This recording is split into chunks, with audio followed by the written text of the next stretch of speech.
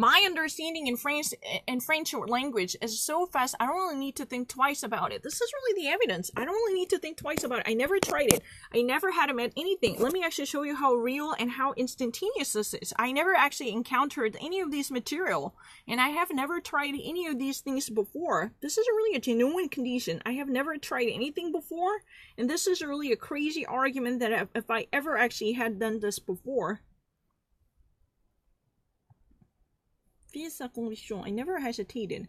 No, so not true. I never hesitated. Olympic of the Marseille, pièce de conviction. Let me actually show you. I don't really need to. I never actually press it. No, I don't really read it. President at all cost. I don't really need to. I actually read the French words much faster. 3 days after the election of the new president of the Republic, pièce de conviction already lifts up its veil on the secrets of the financial aspect of the presidential election and campaign in 2017.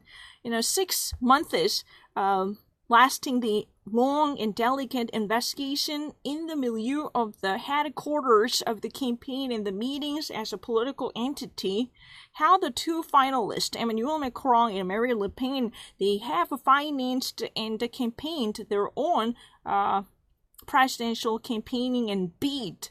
From what sources they have maintained their financial stability throughout the campaign.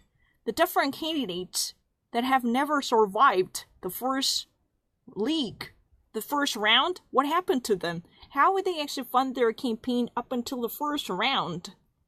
Where actually comes the money? Where does the money come from? And who has sponsored the actual work? And who has done the greatest work, knowing that the candidates they support would actually be suffering from enormous deprivation of a financial campaign, then they would eventually lead them to prove the great benefits coming from the majority of the party. Meanwhile, the actual individuals privy to the circumstances, they would earn profits by endorsing certain campaign. Who has signed up the checks and negotiated these expenditures? Who has done this negotiation for usage of proper expenditures? I don't really need to think about it.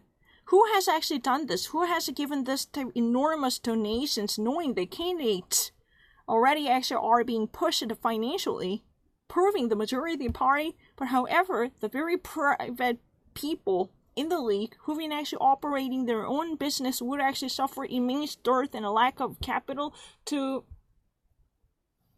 properly prosper their campaign bid.